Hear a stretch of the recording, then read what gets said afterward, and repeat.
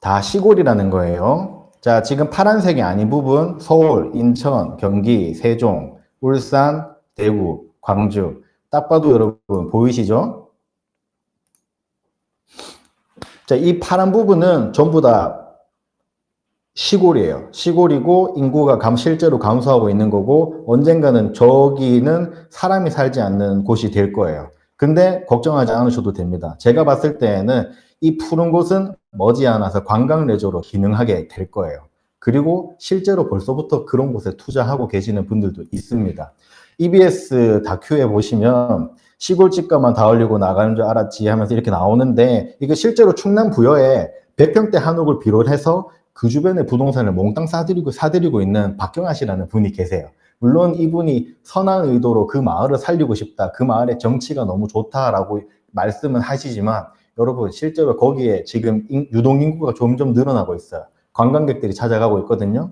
어쨌든 부동산 가치는 올라가게 될 거예요. 그러면 거기에 에어비앤비도 만들고 그 외에 뭐 숙박시설, 그 다음 뭐 지금 공연하는 분들도 들어오고 있다고 하니까 거기가 살아나게 되겠죠. 근데 여기는 어쨌든 서울 권역이 아니기 때문에 젠틀리피케이션, 그러니까 외부인들이 들어와서 임대료를 올리는 효과를 보기는 힘들 거예요. 그렇지만 관광 레저 사업으로는 아주 멋지죠. 벌써부터 이런 것들을 하시는 분들이 있다는 겁니다. 그래서 인구 소멸 걱정 안 하셔도 된다는 거 첫 번째 보여드렸고, 자, 두 번째인데요. 자, 여러분들 맨날 나오잖아요. 뭐 유튜브나 뉴스 보면은 출산율 얘기 나오고 있고 전체 인구가 줄어들고 있고, 저 실제로 그렇죠. 여러분 2008년에는 인구가 4,954만 명이었는데 점점 상향 곡선을 그리다가 우리가 이제 2021년 이제 코로나를 기점으로 실제로 떨어졌습니다. 전체 인구수가 점점 줄어들었고요. 그 다음에 이제 출산율은 완전 곤두박질을 쳤기 때문에 앞으로 노령 인구는 더욱더 많아지고 아기들은 줄어들 거예요. 그러면 아파트, 부동산 투자 안 하면 안 되지 않느냐. 그게 좀 잘못됐다. 여러분, 어쨌든 아파트는 세대수를 기준을 하잖아요. 옛날에는 10명이 살아도 한 집에 살았고 8명이 살아도 한 집에 살았어요. 그리고 지금은 혼자 살아도 한 집에 살고 막말로 혼자 한 명이 집을 3채, 4채 가지고 있는 사람들도 있습니다. 혼자서 100억짜리 아파트 2채 가지고 있는 사람들도 있다니까. 3채도 가지고 있고. 실제로 지금 세대수 같은 경우에는 이렇게 꾸준히 증가를 하고 있습니다. 멈춘 적이 없어요. 코로나 때 2,347만, 그 다음에 2,370만, 2,391만, 2,410만 계속 증가를 하고 있습니다. 물론 이제 뭐 50년, 100년 지난 시점에서는 그게 계속 진행될지 모르겠지만 지금 현재를 살아가고 있는 대한민국 여러분들한테는 해당이 안 돼요. 부동산 투자 하셔야 됩니다. 자, 그리고 더 들어가서 아까 분당, 지금 분당 사람들이 신났죠. 이제 선도지구 지정돼서 우리 동네 재건축이 될 거야. 아파트가 새로 바꾸면은 아파트 가격이 2배로 오를 거야 라고 말을 벌써부터 하고 있잖아요. 근데 문제는 뭐냐? 분당 땅에 지금 개발될 이 가구 수가 1만 가구인데 1만 가구가 이사 갈 곳이 없어요. 그래서 이제 그 근처에 이제 아파트를 새로 지어서 차례로 이주시키자라고 하는데 여러분 1만 가구는 선도지구고요. 분당에서 그리고 전체적으로 이제 움직여야 되는 분당 인구가 총 10만 명, 10만 가구예요. 10만 가구. 그러니까 아파트가 10만 가구고 10만 개가 더 있어야 된다니까. 그럼 바꿔서 말하면은 분당에 지금 지어지는 아파트 중에 내가 하나만 소유하고 있어도 거기에서 오시는 분들 이사 오게 만들 수 있다는 겁니다. 그렇기 때문에 부동산 투자 하셔야 되고요. 이제 조금 이제 어려운 얘기를 하나를 해야 되는데 우리가 이제 인구 그 다음에 이제 그러니까 인구 감소 이제 그걸로 해서 부동산의 평생가가에 대해서 얘기해서 제일 많이 나오는 게 인플레이션이라는 것과 그 다음에 제가 오늘 알려드린 해지라는 이야기입니다. 이게 해지 우리말로는 좀 울타리 그다음에 성 주위를 둘러싸고 있는 이런 웅덩이 그러니까 외적이 침입할 수 없게끔 막아놓는 방어막이라고 하거든요. 그러니까 방어벽 방패 이런 거를 해자, 뭐 울타리라고 하는데 경제 용어에서는 이거를 해지라고 해요. 해지라는 말은 결국에는 내가 투자를 하는데 투자 실패할 수도 있으니까 일종의 보험을 들어두는 거다 이렇게 볼 수가 있는데 그러면 아니 이렇게 보험 들고 딴 데까지 돈 쓰면은 내가 손에 이제 이득이 감소를 하는데 왜 하느냐? 결국에는 내가 이득이 감소하더라도 손해가 났을 때 손해도 강사하기 때문에 좀 큰 돈을 움직이시는 분들은 과감하게 투자를 합니다. 예를 들어서 여러분들이 뭐 카지노에서 뭐 1달러 혹은 10달러 이렇게 뭐 라스베가스 가서 투자를 할 수 있지만 여러분들이 10달러 뭐 한 10번, 20번 해서 갑자기 내 돈 한 1,000만 원이 만들어졌어. 근데 그러면은 그 1,000만 원도 한 번에 베팅할 수 있나요? 못할걸요? 여러분 1,000만 원 있어도 1달러, 10달러 베팅할 거예요. 그게 이제 사람의 섭리라는 거죠. 그러면 내가 1달러 있을 때는 1달러를 모두 투자를 하기 때문에 해지할 방법이 없지만 여러분들이 1,000달러, 그러니까 돈의 규모가 투자할 수 있는 규모가 커지면은 여러분도 모르게 해지를 하게 된다는 거예요. 그런데 이제 이 부동산 투자나 이렇게 주식 투자, 금융 투자 같은 것들을 뭐 100억 단위, 1,000억 단위로 하는 거대한 자본들 같은 경우에는 항상 해지를 겸하고 있다라는 거. 이런 것들을 알고 계셔야 됩니다. 그래서 이제 제가 요 얘기를 왜 말씀드리냐면은 우리가 부동산 투자한다라는 것 자체가 우리 재산에 대해서 혹은 여러분들이 비트코인을 한다거나 주식 투자를 한다고 해도 내가 부동산을 가지고 있으면 그 부동산 자체가 해지가 되기 때문이에요. 그래서 이제 부자들, 뭐 부자 아빠, 가난한 아빠 나는 로버트 기요사키 씨 같은 경우에도 여러분들이 투자에서 가장 첫 번째로 해야 되는 것은 내 집을 장만하는 것이다. 이런 식으로 말을 하고 있거든요. 이제 그것도 그럴 것이 이제 인플레이션, 자, 통화, 즉 화폐가 늘어나는 것을 말하는 건데 예를 들어서 지금 2024년도에 대한민국 땅에 돈이 10,000원짜리 한 장만 있다고. 그러니까 좀 극단적으로 보는 거죠. 근데 10,000원짜리 한 장만 가지고 있는데 내년에 10,000원짜리가 2장이 돼버렸어. 그럼 우리는 다 그대로 있는데 돈만, 그러니까 이 종이 돈만 2배로 늘어났기 때문에 바꿔 말하면 내 재산이 절반으로 줄어들었다는 거예요. 내 종이 화폐가. 하지만 부동산 같은 경우에는 화폐가 증가하는 것만큼 그 가치가 발행이 되는 이제 투자 상품이기 때문에 이런 부동산을 우리가 인플레이션의 대표적인 해지 수단이라고 말을 하는 겁니다. 그렇기 때문에 마찬가지로 부동산 투자를 하셔야 돼요. 여기서 중요한 건 뭐냐면은 이게 제가 제일 아쉬운 건데 어떤 매스컴이든 인플레이션을 많이 설명하려고 하고 또 인플레이션에 대해서 얘기를 하는데 이게 꼭 물가 상승과 혼용을 해서 사용하기 때문에 여러분들이 많이 착각을 하시게 되거든요. 근데 제가 딱 정리를 해드리겠습니다. 인플레이션이라는 것은 이 종이 돈이 늘어난다라는 뜻이에요. 종이 돈이 늘어나기 때문에 당연히 물가도 상승할 수 있는데 종이 돈이 는다고 해서 물가가 무한정 상승하는 건 아니거든요.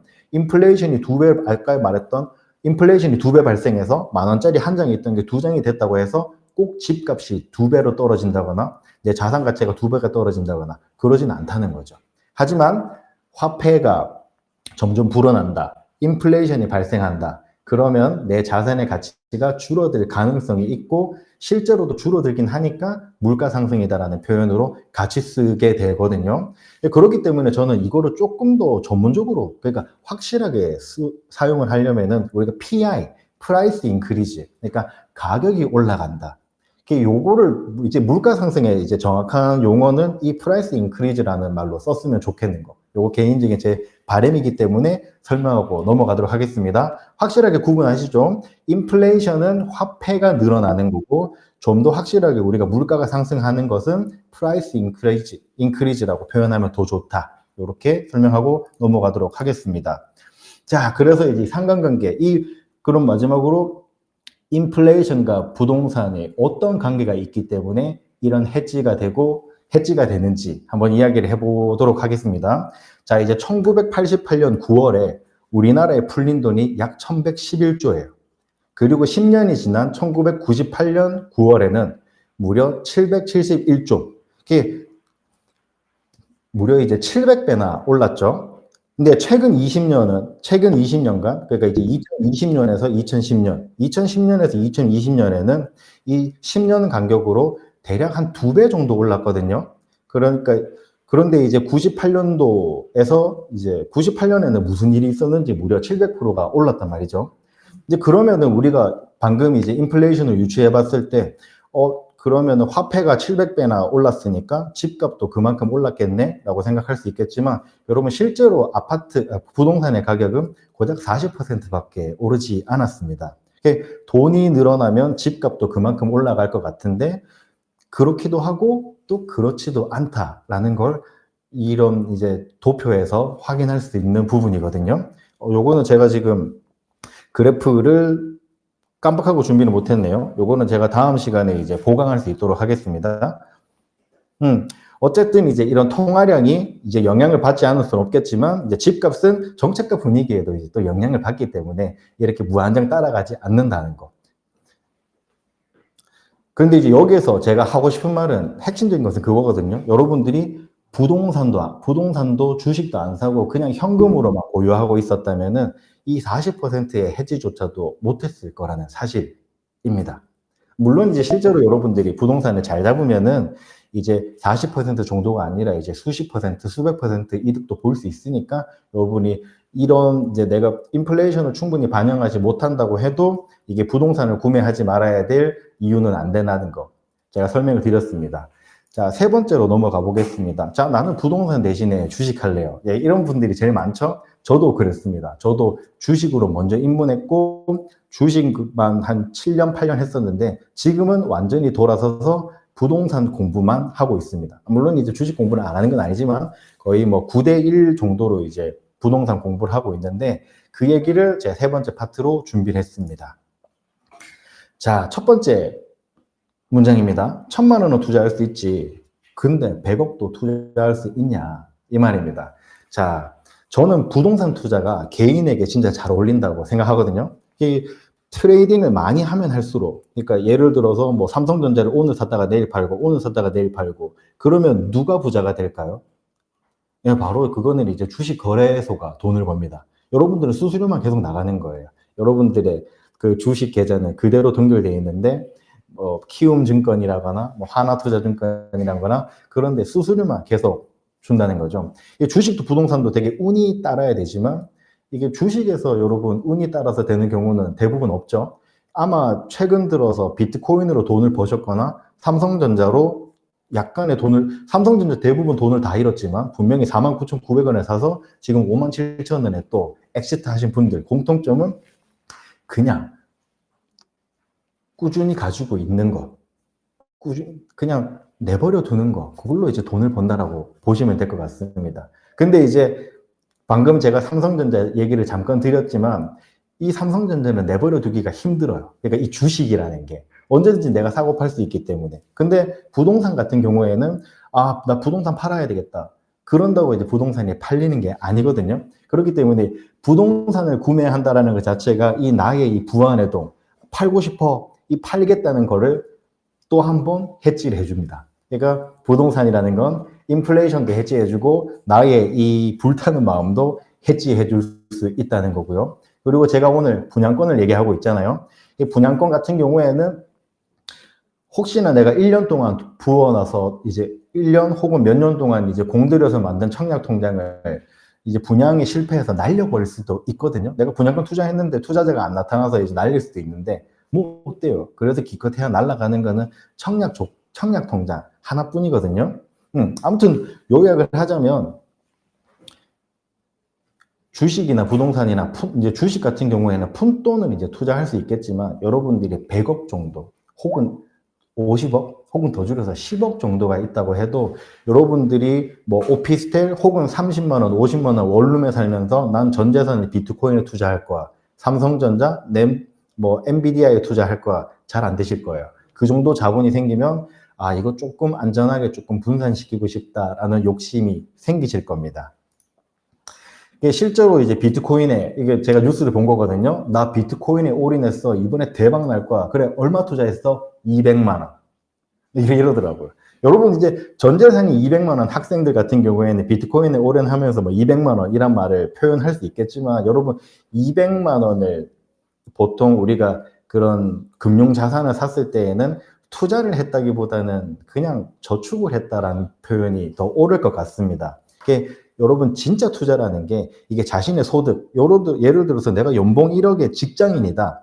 이 직장인이 감당할 수 없을 정도의 리스크를 감당하는 거, 그거를 투자라고 하는 거거든요. 예를 들어서 주식을 했는데 5억 정도 날렸다. 그러면은 뭐 빠르면 5년, 늦어도 10년이면은 이 갚을 수 있잖아요. 연봉 1억 직장인이라면 10년 안에 5억 정도는 갚을 수 있거든요. 그런데 이제 만약에 선물 옵션 이런 걸로 막 50억, 60억 날렸다. 그러면 연봉이 5억이어도 이 60억 갚기는 쉽지 않을 거예요. 오징어 게임에서 이제 조상우 씨, 이 사람이 이제 오징어 게임에 참가하게 된 이유도 이제 이런 선물 옵션, 과도한 투자 때문이라는 거죠. 여러분들이, 여러분들이 투자하는 데 있어서 투자 실패해서 이런 데 가면 안 되잖아요. 여기서 도박사가 되는 거는 진짜 곤란하단 말이죠. 오징어 게임 3편이 나오면 여러분 출연하게 될지도 모르니까 조심하셔야 됩니다. 그렇듯 이렇게 비트코인 뭐 이런 데 200만 원 투자하는 거는 투자라는 개념으로는 보기 어렵다는 거. 요거 조금 말씀드리고 싶었고요. 그래서 누군가가 통제할 수 있는 상품은 또 투자가 아니다. 요걸 제가 두 번째로 좀 말하고 싶은데, 요새 뭐 알트코인이라는 말 많이 쓰잖아요. 뭐 우리가 얼터너티브 코인이라고 해서 대체 코인, 그러니까 비트코인 같은 이게 메인 핵심 코인을 대체할 수 있는 코인이라고 하는데, 결정적인 차이가 뭐냐면 여러분 비트코인은 수량이 정해져 있어요. 전 세계에 나올 수 있는 수량이 정해져 있고 아무도 통제할 수 없어. 이거는 블록체인이라고 암호화폐화 되어 있기 때문에 아무도 건드릴 수 없기 때문에 저는 비트코인에 투자하는 것은 괜찮다고 보지만 그냥 누구든지 만들고 혹은 없앨 수 있는 알트코인, 뭐 도지코인이라거나 뭐 진도코인이라거나 루나코인, 루나 사태 잘 보셨잖아요. 뭐 수십억, 수천, 뭐 그냥 날아가잖아요.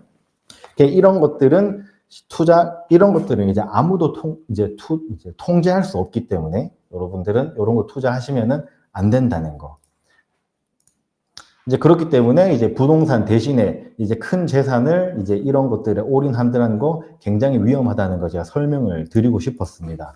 자, 그래서 개인은 어떻게 해야 되느냐? 자, 세 번째 마지막인데 여러분 어쨌든 이 투자의 핵심은 뭐냐? 여러분 개인 재테크의 핵심은 리스크를 줄이는 겁니다. 다시 한번 말씀드릴게요. 되게 중요한 거거든요. 개인 재테크 핵심은 리스크를 줄이는 거예요. 자, 여기에서 리스크랑 위험이라는 것을 좀 구분해야 되는데, 우리가 위험하면은 당장 떠오르는 단어가 있잖아요. 그게 영어 단어로도 봐도 덴저죠, 덴저. 그래서 저는 이제 덴저랑 리스크를 조금 구분을 하는 편인데, 어디 있냐? 여기 밑에 있습니다. 제가 생각하는 진짜 위험한 것은 덴저. 그러면 우리가 경제에서 얘기하는 리스크는 뭐냐? 내가 감당해야 되는 것, 내가 감수해야 되는 것 정도로 이제 좀 가볍게 설명하면 좋을 것 같아요. 그러면은 내가 내 전 재산 중에 비트코인을 한 5% 정도, 그러니까 100억 정도 있으면은 5억 정도를 비트코인 사서 좀 작게 관리하는 거, 요런 거는 리스크가 있는 행동이지만 나는 전 재산 100억을 비트코인을 샀어. 이거는 그냥 덴저한 거예요. 굉장히 위험한 거라는 거죠. 그렇기 때문에 우리는 덴저러스한 투자를 하는 게 아니라 적당히 리스키한, 감당 가능한 것, 감당할 만한 것들을 투자하는 것들을 우리가 이제 여러분 개인 재테크의 핵심으로 삼으셔야 됩니다. 그래서 여러분들이 행하셔야 되는 것은 하루라도 빨리 시작하셔서 여러분이 가지고 있는 시간, 즉 나이, 생명이죠. 거기에 투자를 해서 위험이 아닌 리스크 정도만 감수하는 걸로 가셔야 됩니다. 그렇기 때문에 이제 첫 번째 자산이 되어줄 거, 든든한 부동산이 필요한 겁니다. 실제로 아까도 제가 다시 말했지만 로버트 키요사키가 첫 번째로 이제 목표로 삼아야 되는 것은 내 부동산 자산을 가지는 것이라고 말을 하고요. 뭐 다양한 모든 투자자들도 다 그런 얘기는 공통적으로 하고 있습니다.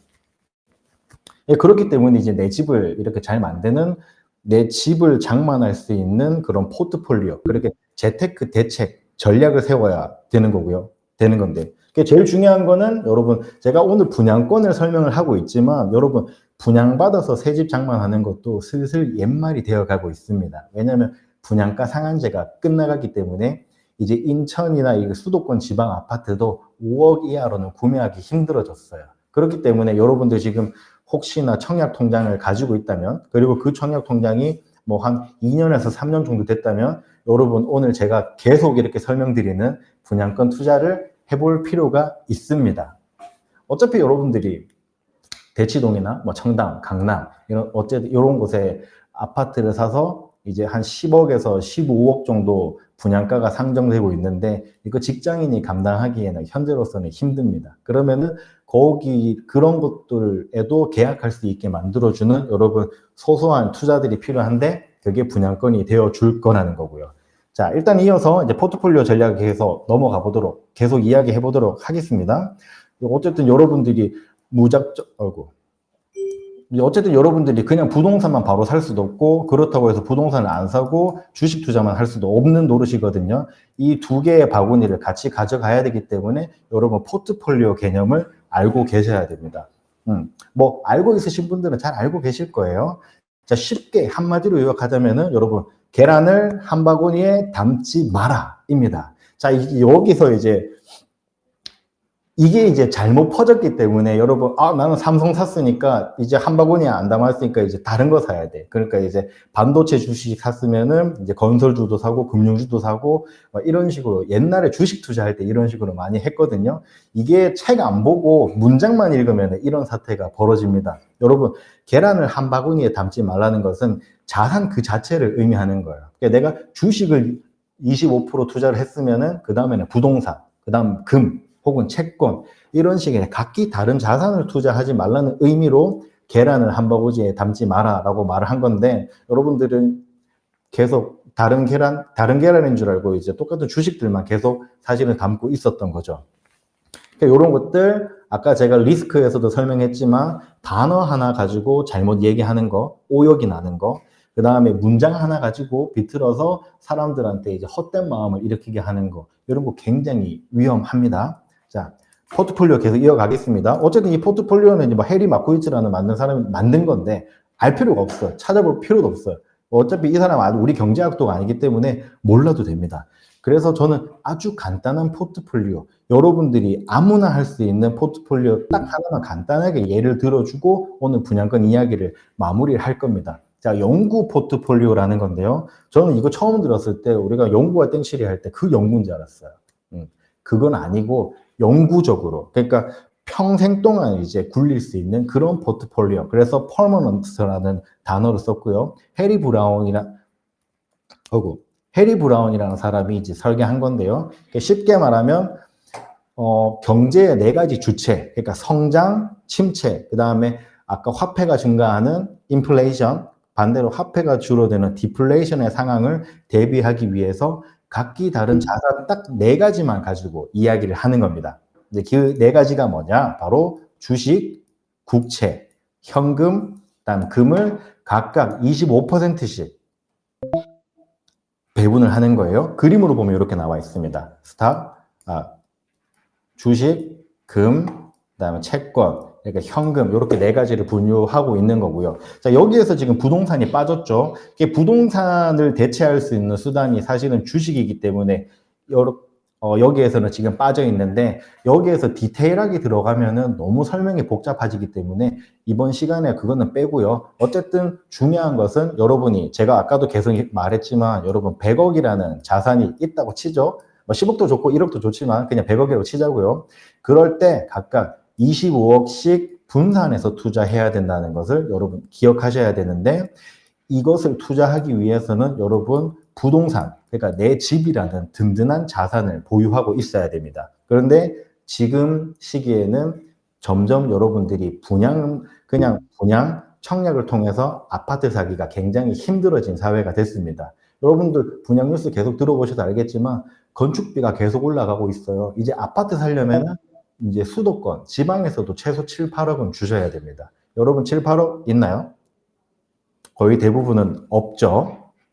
그렇기 때문에 이렇게 포트폴리오 분산을 할 수 있어야 됩니다. 자, 그래서 결론을 한번 내보도록 하죠. 여러분, 분양권 투자는 제가 오늘 이때까지 계속 설명한 뭐 비트코인이나 주식처럼 여러분들이 짤짤이로 할 수 있는, 그리고 심지어 1년에 한 번 정도 이제 휴가 차원에서 할 수 있는 꽤 괜찮은 금융 투자 상품이라는 것을 제가 알려드리고 싶습니다. 그런데 이제 여기에 문제가 조금 있어요. 사실은 아까 처음에 말씀드렸던 청약 분양권 같은 경우에 거래하는 것은 약간은 좀 불법적인 방법이 동원이 돼야 됩니다. 그래서 조금 나의 이제 정의라거나 그런 양심에 조금 걸릴 수도 있다는 사실입니다.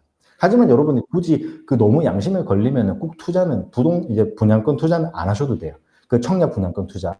왜냐하면 입주장에서 발휘할 수 있는 입주 분양권 투자도 있기 때문에 그렇게 하셔도 되고, 어쨌든 중요한 건 제가 오늘 알려드리는 요것만 여러분 이 영상을 반복해서 두세 번 정도 보시면 이 부동산이 어떻게 흘러가는지, 우리가 왜 부동산을 여전히 사야 되는지, 그리고 금융 투자를 해야 함에도 불구하고 반드시 부동산 투자를 우리가 물고 가야 되는지 그 섭리를 알 수 있기 때문에 여러분이 이 이야기를 한번 정리를 해야 된다는 거. 제가 오늘 그것을 좀 알려드렸습니다. 지금 시간이 우리가 허락하는 게 45분, 1시간 정도였기 때문에 구체적인 분양권 투자를 아까 불법이 조금 섞일 거를 어떻게 하는지는 제가 알려드리지 못했습니다. 그것을 제가 다음 시간에 제대로 알려드리도록 할 거예요. 근데 그 이야기를 알아들으려면은 오늘 이야기한 것에 대한 용어들, 인플레이션, 리스크와 덴저러스의 차이, 비트코인과 알트코인 이런 것들을 여러분들이 머릿속에 들어가 있고 나 이거 들어본 거야. 나 거기서 봤는데 웹 세미나에서 봤던 거야. 그것들을 알고 있어야 된다는 겁니다. 그래서 어쩔 수 없이 오늘은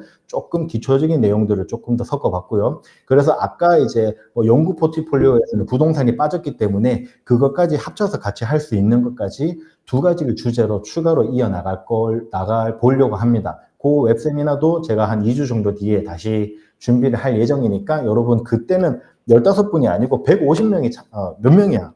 13명이 아니고 130명, 1300명이 참여할 수 있어야 됩니다. 왜냐면 이거는 돈 주고도 못 배우는 거예요. 왜냐면 불법이기 때문에 이렇게 공개적으로 알려드릴 수가 없어. 뭐 진짜 막 고랑차고 막 그런 건 아니에요. 조금 이제 너무 정의로운 사람들은 조금 캥길 수도 있다는 거. 그런 사람들은 오지 마. 가야 돼. 알았죠? 자, 세상에는 도덕적으로 잘못된 것과 경제적으로 잘못된 것이 있습니다. 근데 과연 우리는 어디에서 더 많은 분노를 느낄까요? 한번 실제로 여러분 아동 성폭행 살인범에게는 어느 정도 구형이 적당하냐고 물어보면은 거의 대부분은 사형시켜야 돼. 이렇게 말을 할 겁니다. 근데 반대로 이제 1000억대 사기로 피해자, 심지어 어른, 자녀, 그러니까 요런 아동까지도 이제 죽음을 초래한 그런 사기꾼한테는 어느 정도 구형을 시켜야 될까요? 마찬가지로 사형시켜야 될까요? 직접 당할 분들은 뭐 사형을 시키거나 이제 뭐 그런 식으로 얘기를 할 겁니다. 아직 내 얘기는 안 올라오네. 네, 그렇습니다. 근데 실제로 여러분 법은 다르죠. 여러분 아동 성폭행 살인범에게는 여러분 실제로 사형을 구형하거나 무기징역까지도 가는데 여러분 전세 사기범 어떻죠? 뭐 10년 거기에다가 뭐 또 감형해주고 난리 났죠. 실제로는 더 많은 잘못을 한 거는 누가 봐도 전세 사기꾼이지만 실제로 법 감정은 우리가 느끼는 감정이랑 좀 다르다라는 것을 여러분 알 수 있습니다. 여러분 제가 약간 불법이다라고 말씀을 드렸는데 여러분 질서를 흐트릴 수도 있다는 인간의 판단이 모두 옳은 것은 아닙니다. 분양권 불법 전매가 시장 가격을 흐트러 드리는 것은 사실이지만 그래서 법적으로 금지를 하고 있지만 우리가 돈맥경화, 즉 돈의 흐름을 뚫고 건설 경기를 견인한 것도 이 바로 분양권입니다. 그렇기 때문에 정부도 이런 경제사범에 대해서 부장권을 좀 불법적으로 거래했다고 해서 막 사형 구형하고 이렇게 안 하는 이유도 바로 그겁니다. 그러니까 강력한 규제를 안 하고 있고 하는 건 알고 있는데 들키지만 마라 이러고 있다는 사실입니다. 벌써 45분이 지났네요. 진짜 마무리를 해야 되겠습니다. 여러분 정의를 외치기보다는 정의를 실행할 수 있는 그런 힘이 있어야 된다고 저는 생각하거든요. 말로는 이거는 누구나 할 수 있잖아요. 저는 자본주의 사회에서 그 힘의 근간이 되는 게 바로 돈, 이 옷가네라고 생각을 합니다. 우리가 돈 공부를 해야 되는 이유겠죠. 뭐 뉴스를 보니까 다른 외국에서는 뭐 행복의 가치를 뭐 가족, 뭐 건강 이런 걸 꼽는데 한국 사람들은 돈을 1순위로 꼽더라라고 하는데 저는 그게 질문이 잘못됐다고 생각을 합니다. 여러분 돈은 행복하려고 버는 게 아니고 불행하지 않기 위한 조건으로서 필요하기 때문에 갖추고 싶은 겁니다. 동의하시죠? 행복하려고 돈 버는 사람 없어요. 돈이 없으면 불행해질 수 있기 때문에 그거를 해지하고 싶다는 거죠. 한국인이 돈이 1순위로 둔다는 설문은 질문부터 잘못된 겁니다. 질문을 잘해야 되는 거고요. 여러분 분양권을 왜 투자해야 돼? 라는 질문은 좋은 질문이 아니에요. 어떻게 분양권을 투자해야 나도 1000에서 5000을 벌 수 있을까요? 이런 질문이 좋은 질문이라는 겁니다.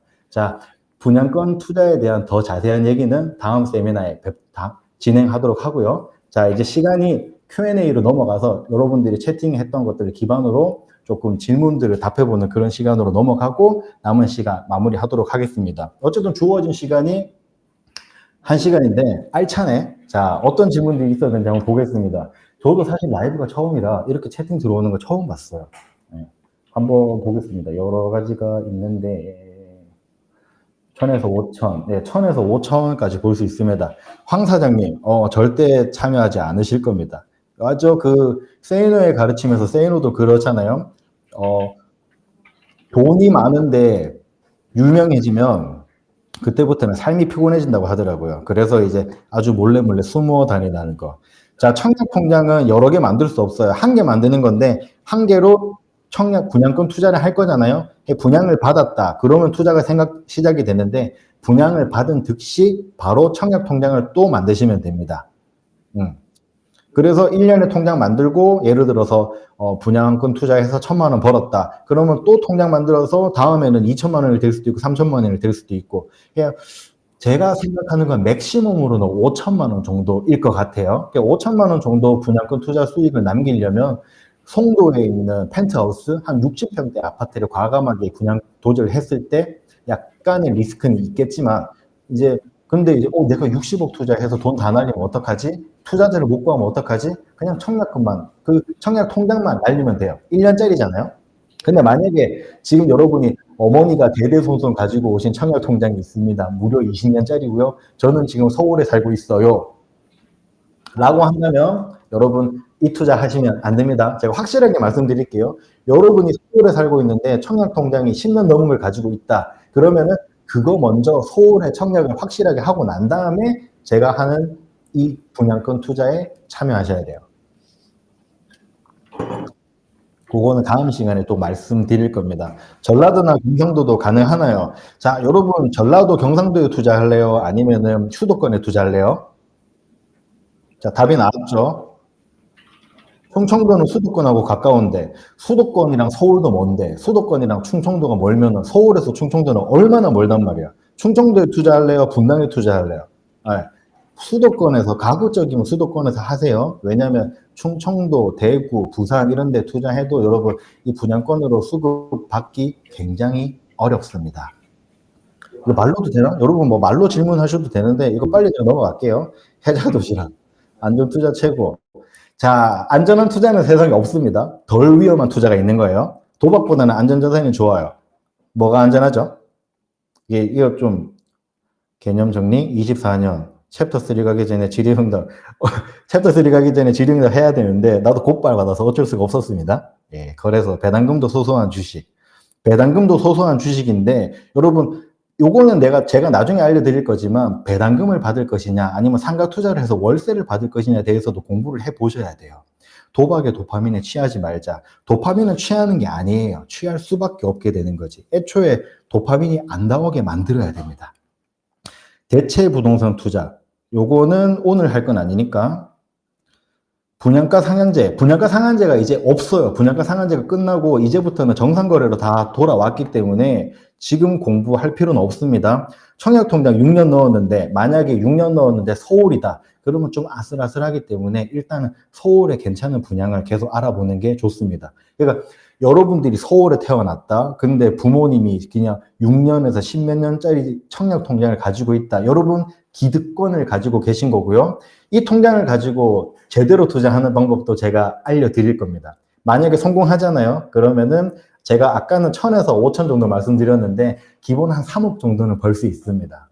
제가 3억 정도 만들게 해드릴 수 있어요. 근데 3억 정도 당첨이 되려면 여러분이 25억 정도 되는 아파트에 투자를 해야 되는데 그러면은 여러분들이 좀 아까워요. 내가 25억짜리 당첨이 됐고 이거 분명히 40억 될 건데 이거 3억이 어떻게 팔지? 이런 마음이 작동할 수는 있습니다. 그 25억 있을 때 하시는 말이에요.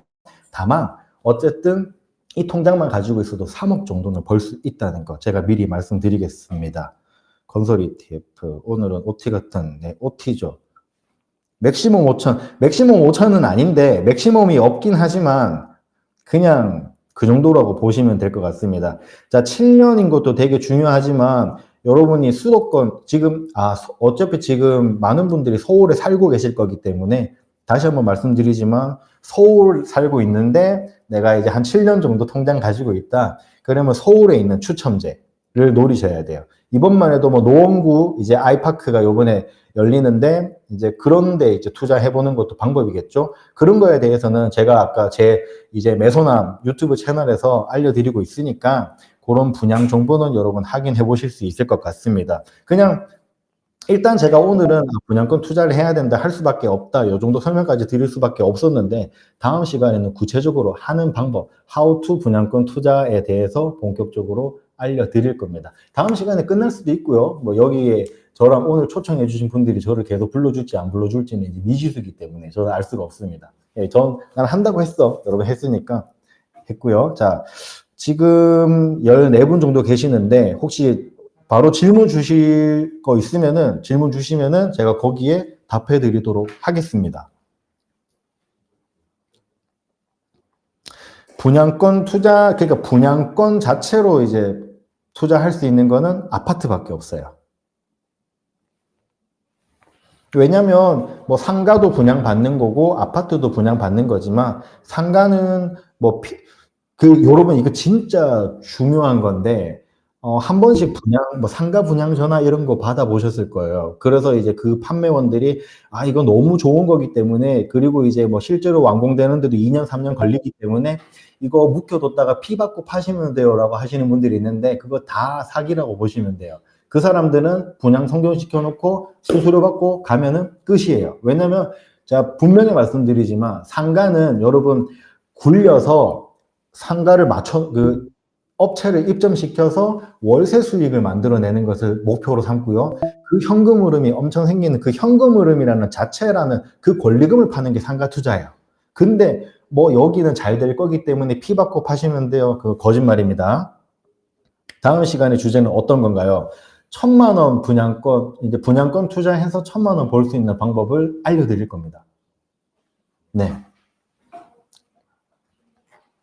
자, 이제 뭐 더는 없을 것 같고 시드가 어느 정도 있어야 할지 궁금하네. 시드는 1년짜리 청약 통장만 있으시면 되고 좀 더 안정적으로 굴리시려면은 1,000만 원 있으셔야 돼요. 1,000만 원, 아니다. 5천만 원 정도까지는 있으셔야 되겠다.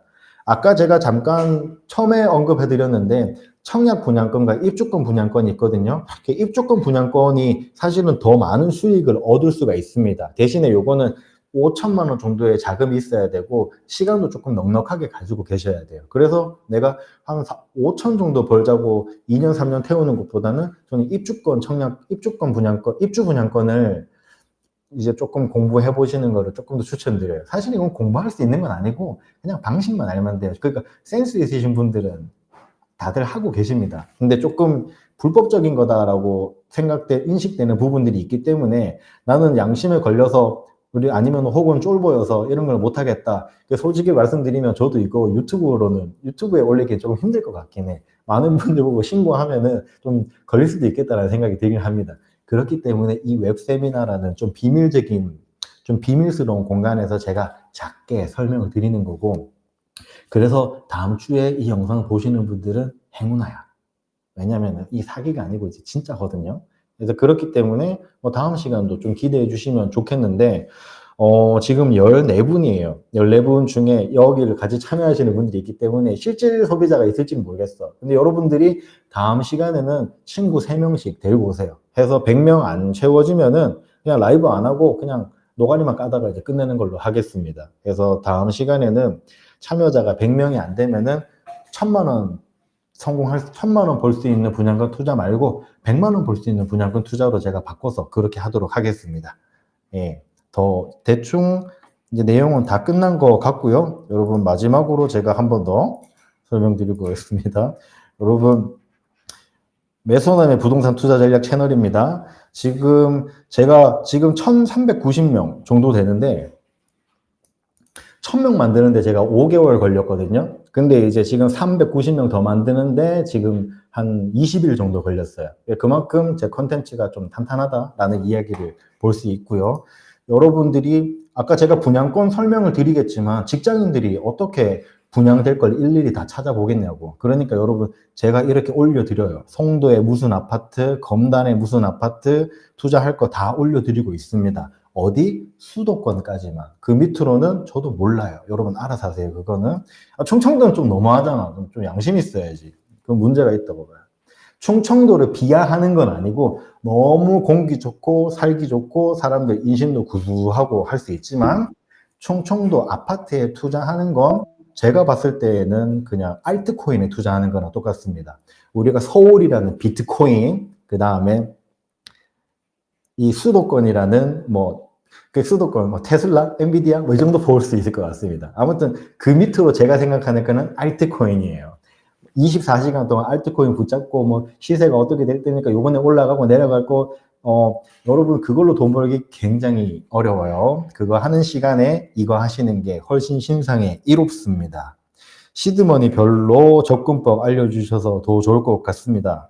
네, 시드머니 별로도 제가 알려드리도록 하겠지만 이런 것들은 워낙 잘하는 유튜버 분들이 많을 거고요. 제가 다음 시간에 더 핵심적으로 알려드릴 것은 분양권에 직접 투자하는 분양권으로 이제 직접 수익을 올리는 방법을 제가 알려드릴 거니까 지금 오늘 약 한 50분 정도 알려드렸던 내용들에 등장하는 단어들을 꼭 알고 계셔야 돼요. 그렇기 때문에 지금 오늘 해당 영상은 제가 잘 편집을 해서 제 채널에도 다시 한번 올려둘 거기 때문에 여러분 그거 반복해서 한번 봐주시고 다음 웨비나 스케줄은 제가 유튜브 채널에도 공유를 드릴 예정이니까 그거에서 스케줄 한번 확인해 주시면 좋겠습니다.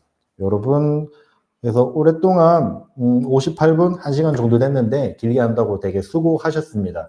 분양권 투자라는 거 별로 어렵지 않아요. 한 일주일 정도만 여러분 바짝 공부하시면 여러분 부동산 쌤이 충분히 하실 수 있으니까 여러분 일주일 정도, 한 달, 조금 넉넉하게 한 달 정도만 좀 고생하셔서 부동산에 모르는 거 다 끝내버리도록 하죠. 제가 여러분들한테 그렇게 될 수 있게끔 제가 여러분들 목소리로 이렇게 전달해 드리도록 하겠습니다. 함께 한다고 수고하셨고요. 저는 다음 시간에 뵙도록 하겠습니다. 여러분 부자 되세요.